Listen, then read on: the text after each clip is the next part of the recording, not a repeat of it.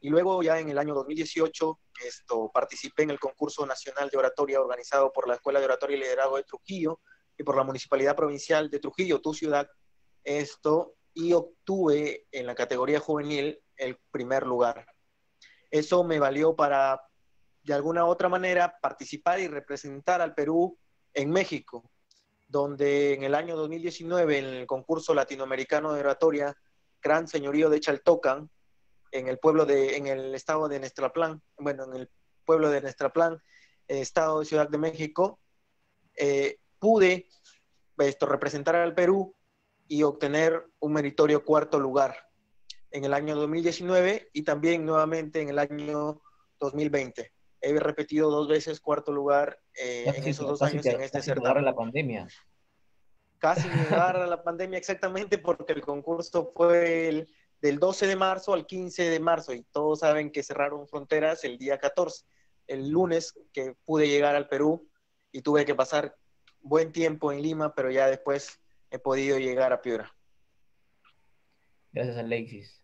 Alcides, buen amigo, coméntanos también un poco de cómo es que te iniciaste en la oratoria, ¿no? Y coméntanos un poco de la oratoria en ti mismo. Hola, ¿qué tal? Muy buenas noches, Víctor. Para mí es un gran gusto y un privilegio estar en esta transmisión. De verdad es muy importante que nosotros tomemos la palabra como una herramienta fundamental para el desarrollo personal y sobre todo para empoderar a las personas. Yo comencé en el mundo de la oratoria desde pequeño, siempre, de acuerdo, comenzando con el arte de la palabra, con el verbo libre. Pero desde un inicio creo que nosotros debemos entender que la oratoria no solamente es la oratoria, no es un fin en sí mismo, sino es un medio para alcanzar nuestros objetivos. Siempre creo que yo comencé con una premisa que siempre debíamos entender, debía entender desde pequeño. Entendí, comprendí que nuestra sociedad, nos guste o no nos guste, aquel que sabe hablar siempre va a estar por encima de los demás. ¿Qué quiero decir? Que aquellos que sepan comunicar van a tener una pequeña ventaja a diferencia de los demás. Pero ¿de qué nos sirve ser tan inteligentes si no sabemos comunicar lo que conocemos? Me inicié no solamente en la oratoria desde pequeño, gracias a varios maestros, entre ellos José Francisco Venturo, que también fue uno de mis entrenadores de oratoria, pero más antes yo ya también venía desarrollándome gracias a mi familia, que me ha apoyado bastante en la oratoria. Me desarrollo no solamente en la oratoria, me desarrollo también en debate y en formato de modelo de Naciones Unidas. Porque yo siempre traigo una premisa, ¿no? Que no solamente es hablar bonito, sino hay que saber argumentar y refutar y escuchar, ¿de acuerdo? Algo de mi historial, creo que he ganado varios campeonatos de oratoria, no solamente de acá, sino del interior del país, que he viajado, también he ido un poco a Ecuador para un concurso, y ese es mi historial. Creo que algunos de mis estudiantes, como soy docente también de la Escuela del Partido y también de la Escuela Peruana de Líderes, que es la Escuela Peruana de Líderes Empoderarte, que es la EPLE, y de verdad va a ser un gusto poder tratar este tema de gran trascendencia para todos nosotros. Muchas gracias, Alcides. Muchas gracias, Alexis.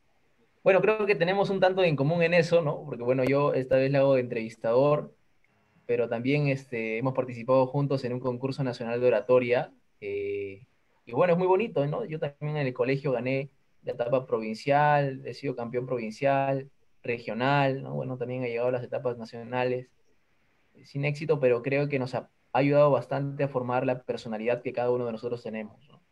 Bueno, vamos al tema de fondo. ¿Cómo ser un gran orador? ¿Cuáles son? Mucha gente tiene pánico y tiene miedo de expresarse frente a cámaras o frente a un público, ¿no? Yo personalmente, por ejemplo, cuando era bueno, bastante joven, tenía más joven de lo que soy, ¿no? Es decir, cuando era niño, prácticamente, en un concurso, en una etapa de la provincia, llegué al colegio modelo acá de Trujillo que estaba lleno de mujeres, ¿no? Entonces era como que estaba netamente pues en la etapa esa de donde uno empieza a recién relacionarse con las mujeres y me topé pues con un auditorio lleno de mujeres, entonces yo me hacía así, ¿no? Pero salía adelante, ¿no? ¿Cómo es que ustedes, qué técnicas, eh, ustedes recomiendan o han utilizado, como para ir entrando un poquito al tema, ¿no? De perder el miedo, ¿no? ¿Cómo es que ustedes toman la técnica o se lanzan, tienen unas cábalas anteriores, siguen ejemplos quizá de algunos oradores? Coméntenos un poco, Alexis, te escuchamos. Sí, primero quiero dejar esto precisando un tema muy importante y acabar con ese mito de que se piensa que la oratoria es memorización, ¿no? Muy bien ha dicho Alcides que la oratoria es un empoderamiento, es el poder de la palabra, es nutrirnos, pero también saber comunicar el conocimiento que nosotros tenemos y que hemos ido adquiriendo durante mucho tiempo. La oratoria no es difícil, no es imposible. Manejar el dominio del escenario, el dominio público, el saber manejar la voz, las tonalidades, requiere de práctica, pero esa práctica se hace con constancia y también con la predisposición que tenga uno de hacerlo. Muy bien lo ha dicho Alcides en su experiencia de docente, creo que ya lo tiene también. Tú, Víctor, cuando nos hemos encontrado en el concurso que mencionas, hemos podido ver las distintas formas que existen dentro de la oratoria aquí en el Perú, pero también ver apenado, bueno, con mi experiencia también que he tenido en México de participar, de que en el Perú la oratoria no es muy impulsada y tomada en cuenta dentro del ámbito cultural y del ámbito educativo. Y eso es penoso porque, sin exagerar, poniendo en comparación con México, en México al año se realizarán 30, 40, 50 concursos nacionales, es decir, ¿no? Al más importante que es el del diario El Universal, pero se inician gran cantidad de concursos de oratoria a nivel nacional en todo México.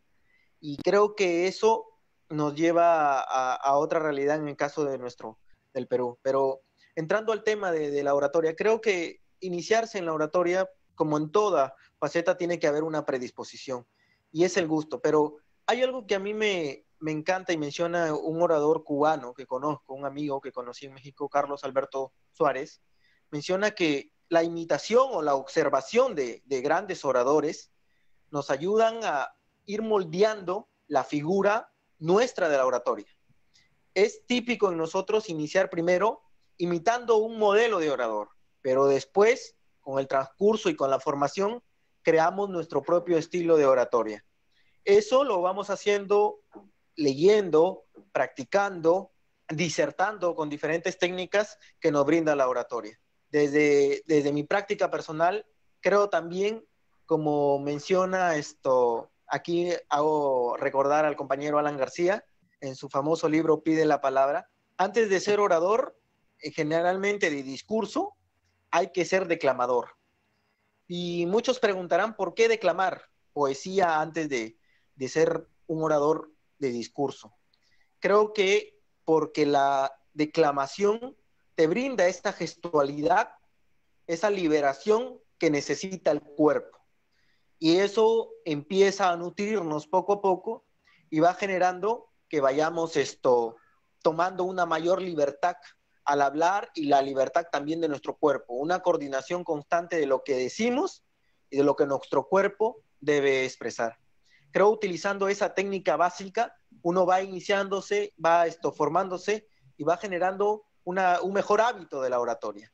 Y por supuesto, yo no quiero decir, pero el orador que no lee no debe ser o no es orador. Hay que leer mucho y el orador, y creo que en eso coincide conmigo Alcides, el orador tiene que leer. Y tiene que leer no solo de algo o de algún tema específico, sino de todo en general.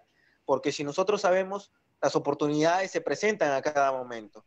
Y mencionó Alcides Facundo, el que sabe comunicar hoy en día está un paso adelante del resto. Porque ¿de qué sirve acumular tanto conocimiento, pero no sabes expresar lo que tú tienes dentro de ello? Y eso a muchos jóvenes le pasa en entrevistas de trabajo, les pasa en exposiciones, les pasa en presentaciones que se entreveran.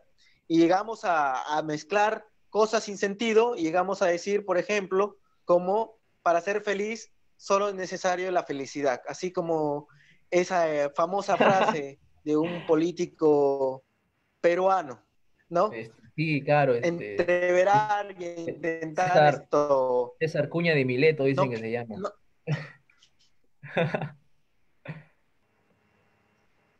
Sigue, sigue. exacto, ¿no? Y eso pasa, pues, ¿no? Cuando no ordenamos nuestra idea. Y eso eso mucho pasa, Víctor, y creo que concordamos todos, es que creen que la oratoria es memorizar un discurso, una hoja y listo. Eso no es así. Es una estrategia. Cuando uno va previsto en Alcides, ya no es necesario prepararse un discurso textual, porque memorizarlo, no existe memorización perfecta.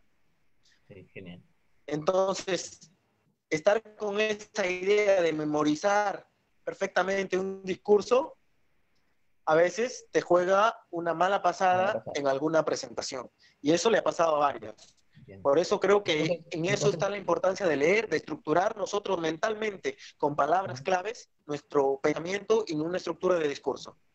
entonces, los amigos que nos están viendo ahorita sobre todo por Facebook, ¿no? Que es la plataforma que estamos utilizando de Lengua Prista, vayan anotando un poco, ¿no? Para perder el miedo hay que conocer, ¿no? Según el compañero Alexis Paiva, que ha sido campeón nacional de oratoria y también nos ha representado en México. Alcides, ¿tú qué tienes que decir al respecto? Quizá opinan lo mismo, agregas algo más. Sí, ¿qué tal? Respecto a la pregunta que planteas, ¿cómo ser un gran orador? Claramente, el arma más poderosa de un orador no está en la entonación, no está en la expresión corporal, está en la palabra. Y cuando hablamos de la palabra, hacemos referencia claramente a la información y cuando hablamos de información, hablamos de lectura. Aquel orador que no lee no es orador, porque lo que hacen muchos que se hacen llamar oradores o motivadores o profesores es puro cuento lo que nos quieren vender. Entonces, lo que quiero decir claramente acá, para perder el pánico escénico cuando nosotros sabemos comunicar, debemos tener, lo primero es autosugestión, automotivación, ¿de acuerdo? Empezar a cambiar la forma de pensar. Partimos de una frase, ni tu peor enemigo puede hacerte tanto daño que tu propio pensamiento, aunque algunos dicen que tu ex, no, que tu propio pensamiento. ¿De acuerdo? Bueno, El por ahí te segundo dan, ¿no? criterio que nosotros creemos que es importante es la naturalidad al momento de comunicar, ¿de acuerdo? Porque hay muchos que imitan, ¿de acuerdo? Y eso no es oratoria. El tercer punto que nosotros creemos que es imprescindible es que el orador tiene que conocer su tema 9 veces mayor de lo que está ahí, ¿de acuerdo? Entonces, ¿qué es lo que queremos decir? Que el 93% de nuestra comunicación es un lenguaje no verbal y el 7% es un lenguaje verbal. Entonces llegamos a la conclusión que siempre la oratoria tiene que ser un medio para alcanzar nuestros objetivos, porque nos ayuda a empoderarnos. Pero aquí la pregunta es, ¿solamente los hombres podemos ser oradores? ¿Un orador nace o se hace? Un orador se hace, no nace. Hay algunos que tienen unas habilidades superiores que las otras, pero se puede afianzar. Y aquí conozco a varias compañeras que son excelentes oradoras, ¿de acuerdo? Una que es profesora de la Escuela Peruana de Líderes, que es Dayan Hilario, que es muy buena oradora, ¿de acuerdo? Entonces nosotros no solamente es que en el Perú, ¿por qué no hay buena oratoria en el Perú? Porque primero que existe un egoísmo, un personalismo, que solamente piensan que ellos nomás pueden hacerlo. Y de acá claramente entre nosotros, acá que conozco a Paiva, a Víctor, siempre nos preguntamos, oye, aconséjame, y siempre estamos aprendiendo uno de los otros. Y eso es importante, Víctor. Primero, lo que quiero hacer un resumen para ser un buen orador, leer. Si tú no lees, no eres un buen orador. Segundo, que nosotros queremos es la autosugestión, ¿de acuerdo? Y sobre todo, hablar con naturalidad, Víctor. Adelante, por favor. Bueno, Esto quería has agregar aquí agregado, algo, Víctor. permíteme para cerrar, has agregado algo muy importante que es el tema de la naturalidad. Creo que eso viene cuando uno confía en sí mismo, por lo que dijo Paiva también, el hecho de conocer, ¿no? Paiva. Sí, quería esto agregar algo importante. Y que también que acá la oratoria, bueno, porque prácticamente la oratoria es conocida, tú mencionas la palabra orador en el Perú y se les viene un nombre a la mente. Ya me imaginamos, ya tienen todos, Alan García Paiva, Pérez. Paiva, dice Paiva. Y Alan García Pérez. Entonces, la mayoría de personas y también los rivales políticos dicen, si eres un buen orador o eres aprista. Probablemente eres aprista.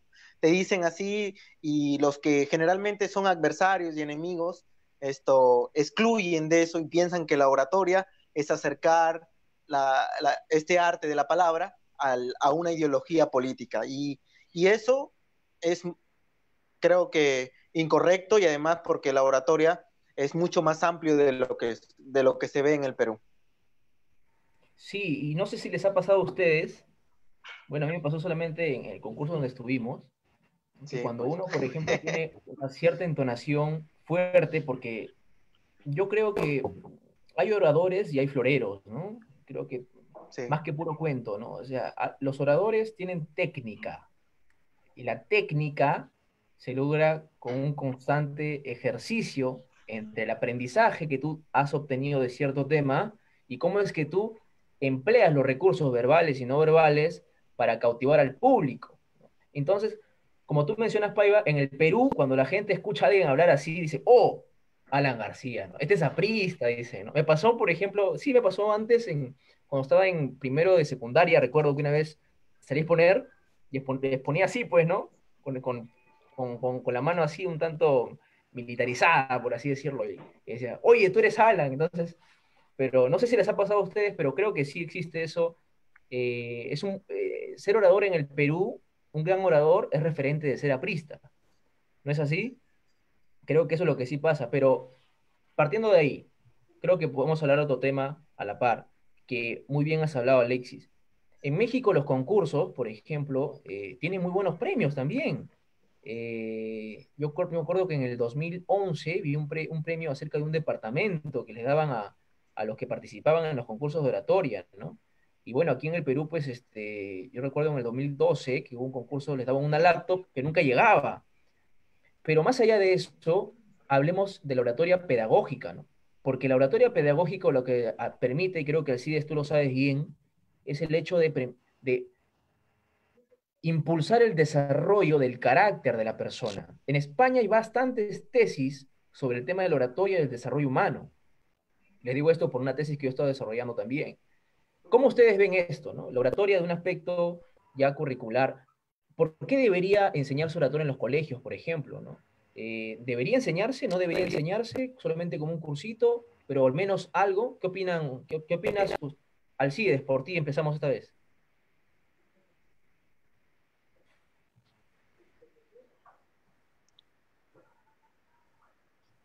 Alcides, estás, creo que se se fue un congeló. poquito. A ver, Alexis, vamos, mientras Alcides se va conectando. Sí, creo, bueno, Víctor, empezando y terminando, lo primero que mencionaste sobre los concursos de oratoria en México, es cierto, ¿no? Es cierto lo que mencionas. El concurso más importante a nivel nacional allí en México es el concurso del Universal, del diario El Universal, el diario más importante de este país. Y el premio consta, pues, de lo que mencionas tú, un departamento y un premio de más de 200,000 pesos, ¿no? Que vienen a ser acá en el Perú más de 50,000 soles, ¿no? Mientras que en el Perú, y esto me hace acordar el CIDES cuando me dijo que participó en un concurso y le dieron un premio, un UCB. Entonces, ¿no? Entrando a esa pregunta, pero bueno, ahí hay algunas instituciones que sí mencionan, pues no, yo dentro de mis participaciones en los concursos de oratoria he podido, bueno, más, he tenido el premio además del concurso nacional de oratoria, premio en efectivo también cuando está en el colegio, una tablet, lo más común, ¿no? Que se le puede dar a una persona de esta edad. Pero entrando a tu pregunta, ¿no? De la oratoria pedagógica, si se debe enseñar o no se debería enseñar. Creo que esa pregunta debe tener una respuesta 100% afirmativa que sí, porque la oratoria es una necesidad blanda. Podemos ver en las escuelas que existen muchos niños con el temor y el pánico escénico. Este año he podido comenzar este año, el inicio de ese año, y la pandemia he tenido este programa que tenía de brindar clases de oratoria dentro de mi provincia y también dentro del partido. Y en la primera experiencia que tuve, niños de 10, de 12, de 16, 15 años, que tenían ese pánico escénico, ese problema de expresar, y porque veían y porque no sentían el apoyo dentro de su propio colegio, de su propia escuela. Entonces, creo que es necesario, por una simple razón, la oratoria es una necesidad blanda. Comunicar nuestras ideas debe ser